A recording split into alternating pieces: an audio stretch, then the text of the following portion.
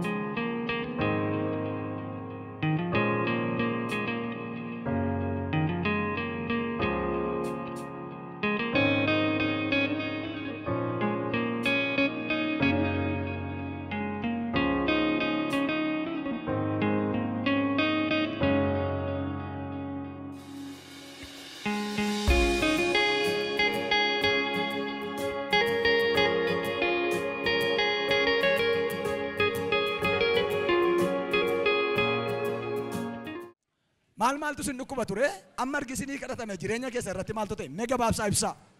Miilli koo omtuun jiru galgala ibidda narraa boba'a. Kulaalitiin koo immoo akka ogeessi jedhetti tubboonsaa inni ta'e. Mar'imaan furdaan inni ta'e. Kintaarotiin immoo ippiraasoon iddan ta'e reefu ji'a tokko kanaadha. Amma yeroo isin kadhatamu maaltu keessan keessatti ta'e maal mirkaneeffattan amma fayyina keessa. Ofii wallaalee waan ta'e qaama koo keessaa na urgufaan of hin beeku. Kanaadha. Duraan maaliin gootan? Duraan kuni koo akka eebootti na waraana. Amma laalaa ka gajjadhaa. Cheek godhaa. Hin jiru kuni.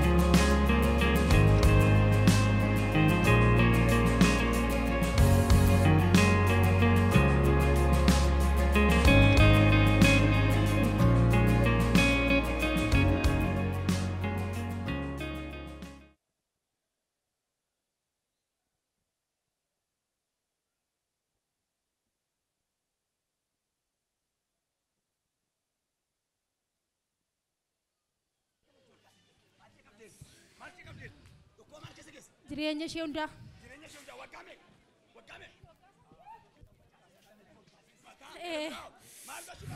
Nan ajjeesa. Makiinaa jalan buusa.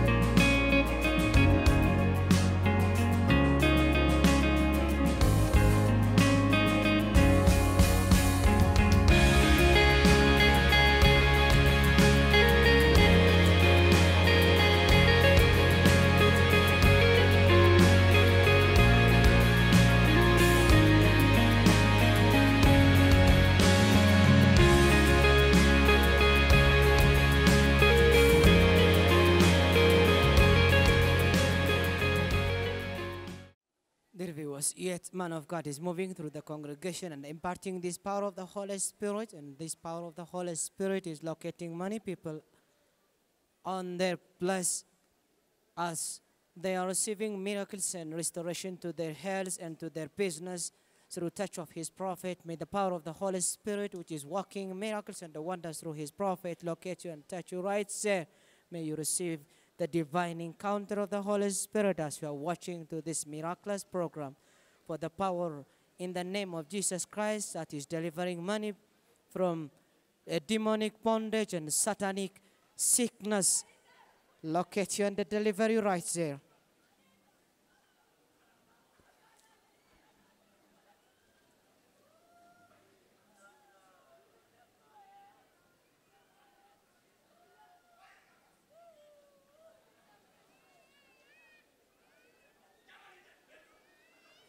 Yet congregation are waiting to his touch, for they believed and their expectation will never be cut off.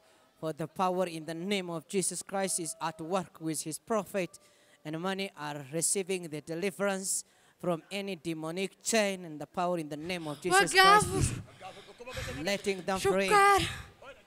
And this is the witness for the deliverance happening. Baay'ee. Baay'ee. Shukkaara. Wayyoo. Naqaa beekaa.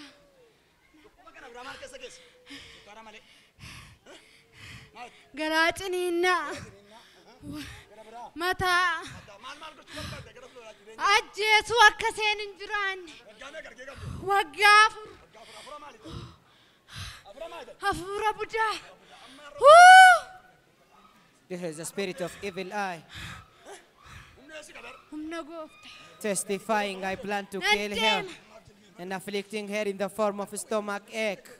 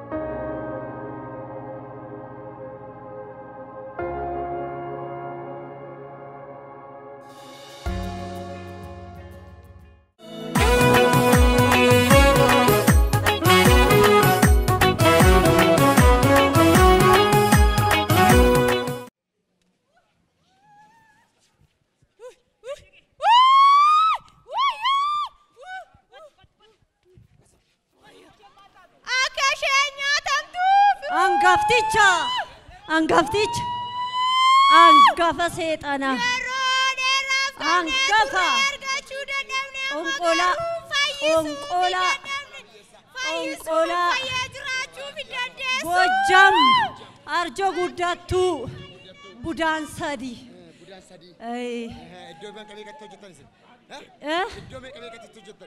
iddoo baay'ee raatessinee nyaanna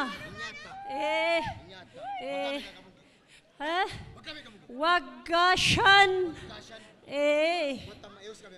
amma waan baay'eerratti hojjenneera. Maali sila sin dhokadheen ture ammas natti dhuftan garuu dhokadheen ture sila dhokadheen ture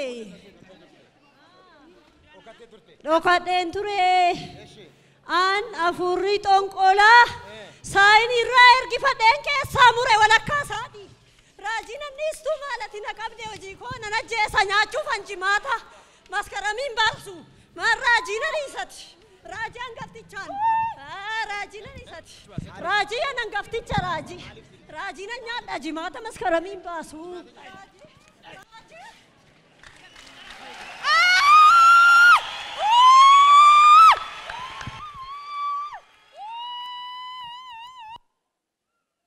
This was the fight between the prophet and the spirit, calling his name, I am the prince of the demon. The power in the name of Jesus is delivering money, being with his prophet. And the prophet is moving through the congregation, and many are celebrating their deliverance after they are recovered and delivered from demonic sickness and chain. And the power in the name of Jesus Christ that is doing miracle and wonder right here. May his hand locate you right there, for the distance will not a barrier to the healing hand of him. Mighty presence of the Holy Spirit is being manifested with his prophet as the prophet is moving through the congregation. Congregations are waiting to this divinely anointed touch, and demons are in terrible, for the power in the name of Jesus Christ is afflicting there.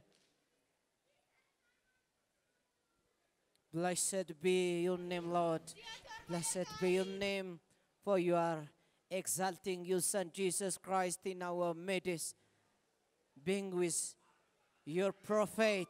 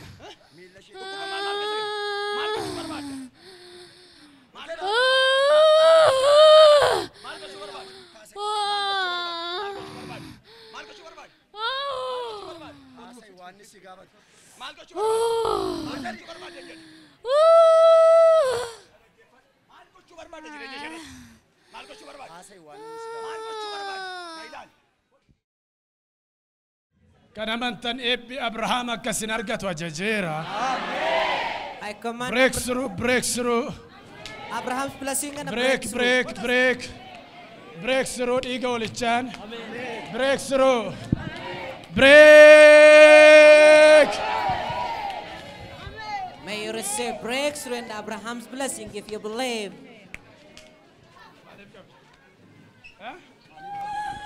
Eagle-chan, asay.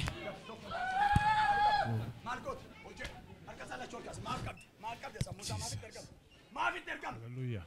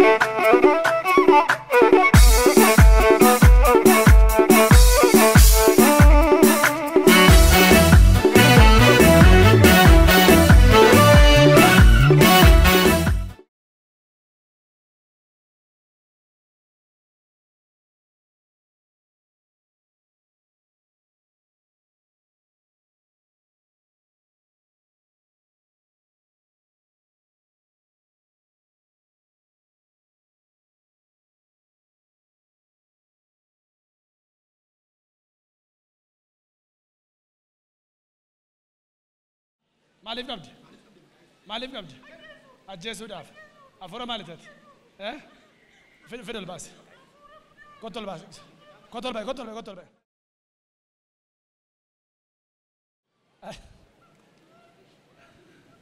Kan amantanii seenaan keessan akka kaleessaa deebi'een ta'u. Whether I locate you or not, your history will never remain the same. Come on. Live. Kottu filande. Kottu. Maal. Kottu. Daf kottu.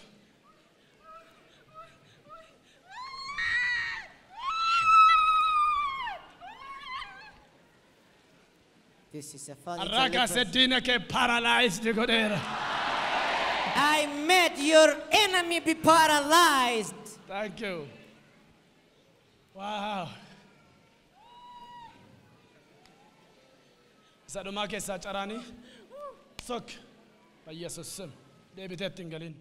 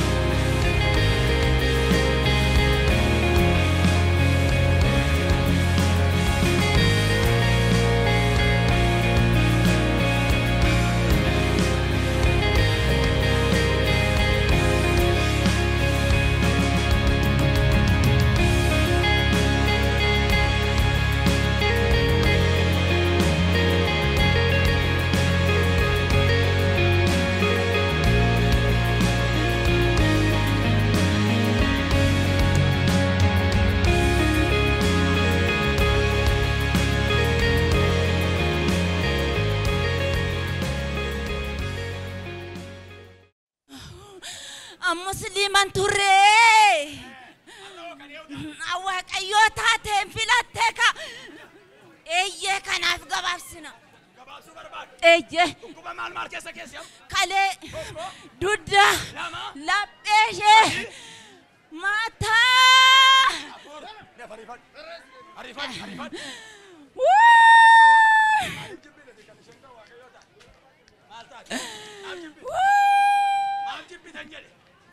Hin barbaachisu turee isheen immoo hin filatte. Maaliif hin barbaachisu?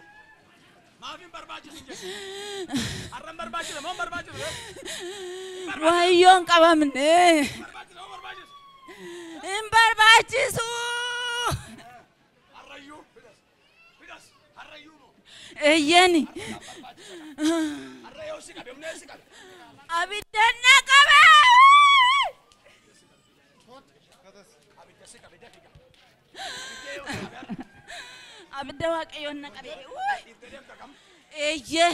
Ishee lachuu ol kaasi. Qatti godhi lamaasaa ol kaasi. Har'a isheen har'aa kaaftee mucaa eenyuuti? Haa waaqayyoo taate kaa. Ciao di che sei. Ciao.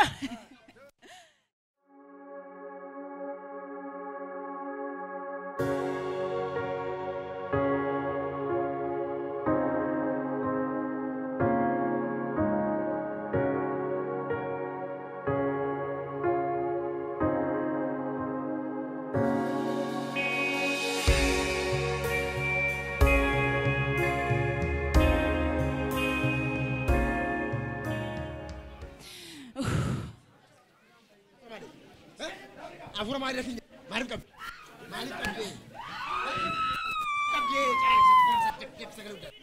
Sagalee guddaa rakkisa caalaa. Jabbiisi. Maaliif qabdi? Maaliif kishii taatu qabdi? Maaliif kishii taatu qabdi? Maaliif kishii taatu qabdi? Eeyyore. Afura maaliif? Afura maaliif? Afura maaliif? Afura maaliif? Afura maaliif? Akka afura maaliif? Maaliif qabdi? Kuma lakkisi keessa. Ibii maal keessa? Baay'eedha. Kalee. Coggarraadha.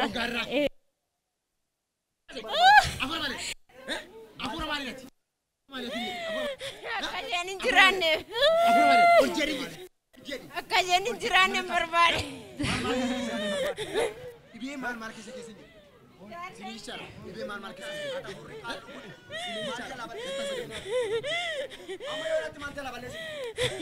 Nafsa gaduu didde. Karaa sariin nu beekama godhane.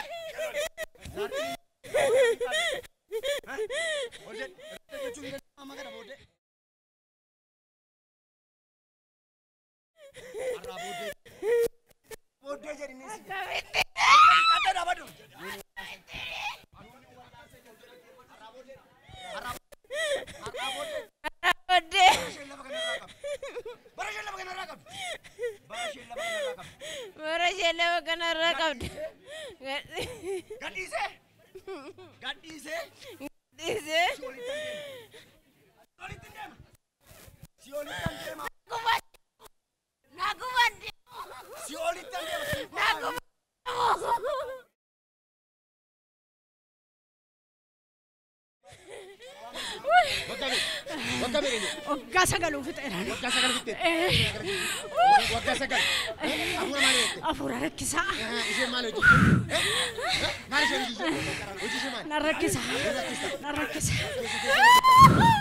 Gabaa keessa boqossiise.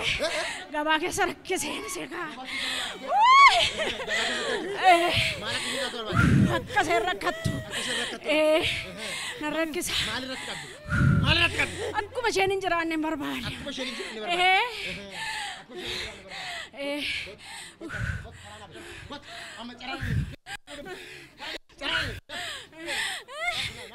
Waaqa raajii Masarat na qabe.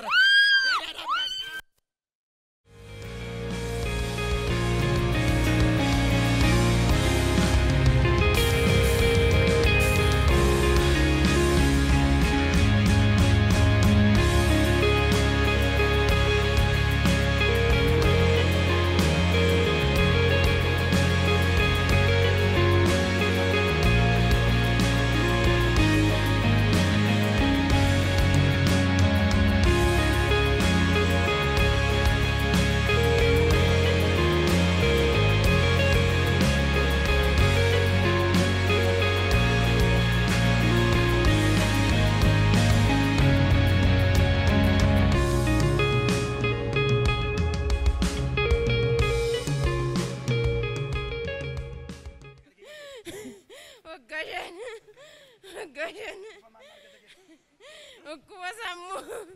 Ukkuba garaatiin hinna. Ajjeesuufi. Eeyyee.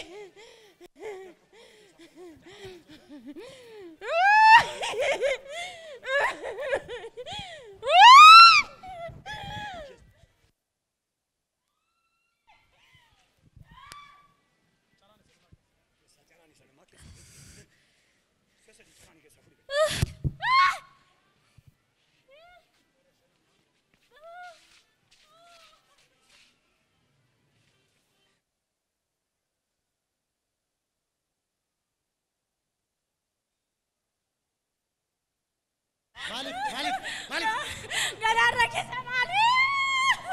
Afuura rakkisa. Tureera. Kalee ishee coggaarraa ishee morma ishee irratti hiitessee jira. Hiitessee jira no. Sagal. Gadhiis.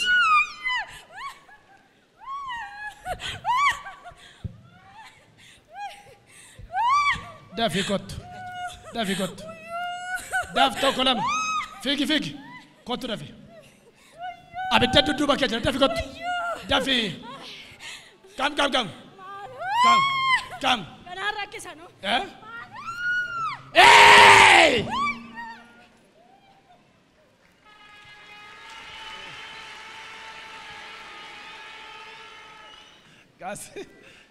Gasi. Kottas. Nagaan siif haa ta'u. Amiin. Maal tas si fide? Anoon beeku. Kottas. Maqaan keenya. Maqaan koo caaltuudha. As kottu. Maqaan kee? Eewdet. Caaltuudha. Mee na laali mee.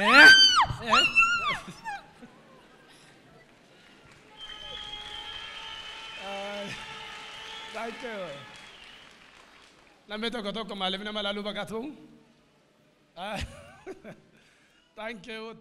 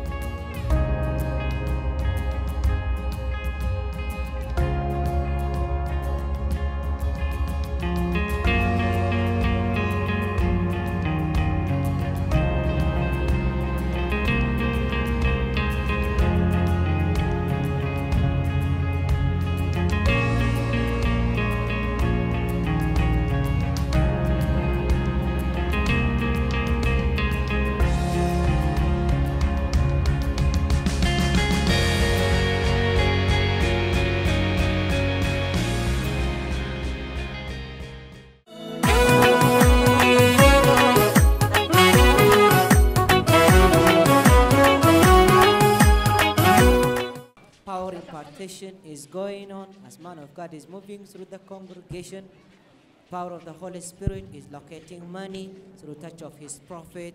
And now the prophet is ministering. All people on the queue waiting to this divinely anointed touch from the upper room. And the power of the Holy Spirit is confirming his presence with him, delivering money from any demonic chain and satanic disease. As you are watching to this miraculous program and this lay hand ministry, may the power of the Holy Spirit, which is at work with his prophet right here, locate you right there.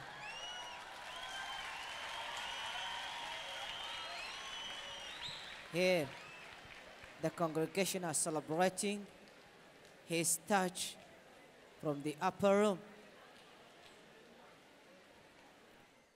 Yet as the prophet is moving, the power of the Holy Spirit is mightily at work with his touch. And people are waiting to this blessed touch. And as you are watching, may the power of the Holy Spirit, which is blessing money right here, bless you right here. May you receive divine encounter of the Holy Spirit. Precious Holy Spirit, we are grateful. We are grateful for your presence in our midst, exalting the Son of God, Jesus Christ, in our midst, glorifying Jesus. We thank you, Holy Spirit, for you are with us, doing miracles and wonders, confirming your presence with your prophet. We thank you and exalt your name, Lord Jesus Christ. Blessed be your name from everlasting to everlasting. Blessed be your name, precious Holy Spirit. As you are watching, dear viewers, the mighty power of God which is delivering money from here, may that power deliver you from any of your bondage. If you are watching this program being on a wheelchair, being on that sick bed, may the power of the Holy Spirit locate you and deliver you right there.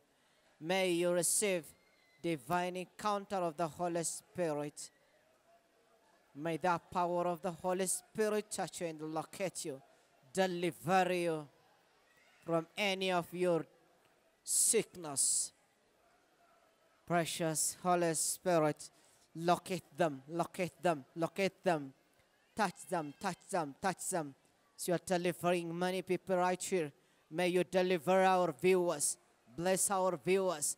Touch our viewers. Provide them their solution and their expectation. For you are deliverer. For you are strong and mighty in provision. Provide them their expectation. Heal them if they are expecting healing. Heal them, heal them, heal them if they are expecting healing. As you are healing many people right here, heal our viewers too. Touch our viewers too. Locate our viewers too. For with you, nothing is impossible. For you are able. For your name is omnipotent. For you are omnipotent. For with you, nothing is impossible. For with you, there is no great sickness. There is no great challenge. As you are healing people right here, may you heal our viewers. May you locate our viewers.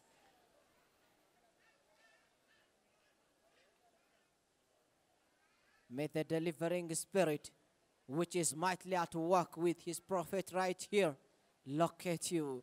May the power of the Holy Spirit, which is working miracles and wonders through touch of his anointed prophet, is doing miracles and wonders right here. May this power locate our viewers. Maaf qabdi. Huh? Na deebis. Maaliif qabdi? Huh? Maaf qabdi. Maaliif? Maaliif qabdi? Maaliif qabdi? Na deebis. Maaf gochuuf qabdi. Maaliif qabdi? Keessa gadoon. Sagalee guddaa keessa caraan. Lama sadi caraan keessa. Get out! In Jesus' name. Kaya. Nagaan siifata. Ameen. Maal taate? Wafna wallaalchise. Na laale. Yeroo hundumaa abjuu kennamaa wajjin wal reebaa bultaa. Sirriidha. Sirriidha. Yeroo hundumaa akka yeroo nama wal reebaa bultu kana yeroo hundumaa akka nama reebduuf afurri si agafaaffaa. Sirriidha. Sirriidha. Har'aa kaaftee bilisa baateetta.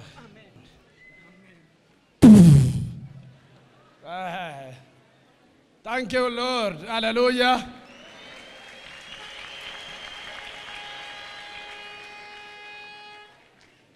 Eyo gooftaatti kan gammadu. Oh, it's joyful to the Lord.